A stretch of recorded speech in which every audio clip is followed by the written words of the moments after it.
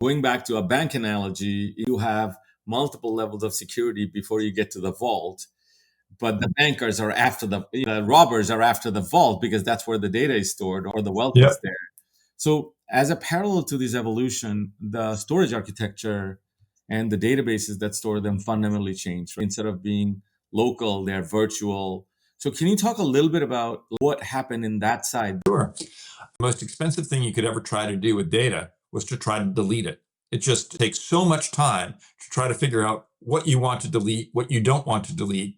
In regulated industries, if you're even allowed to delete it, that there's this behavior that says the easiest thing to do with data is just to roll it all forward and keep it all. And so that leads to this snowballing problem of data storage that's happened over time.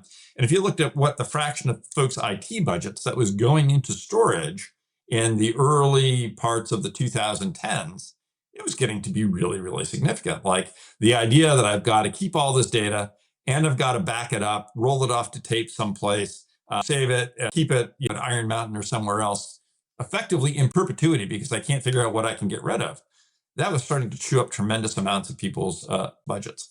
At the same time, we had all these cyber attacks where the cyber criminals are saying, hey, there's two ways for me to make money here. One way is for me to exfiltrate this data and to bring it out of your network, and I'll get, your customer list, your credit card numbers, the PII, and I'll exfiltrate that stuff and do bad things with it.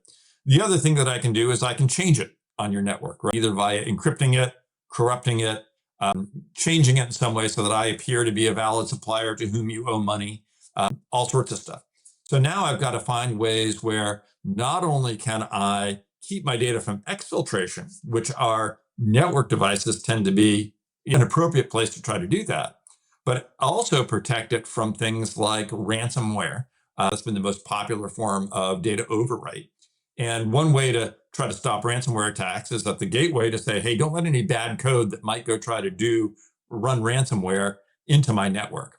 But the other component of that is how at the storage system level do you protect data by saying, okay, this data is effectively immutable, unchangeable. Once it's written, you cannot change that data. And if anyone tries, I need to be able to rewind and go back in time so that I can see what's happened.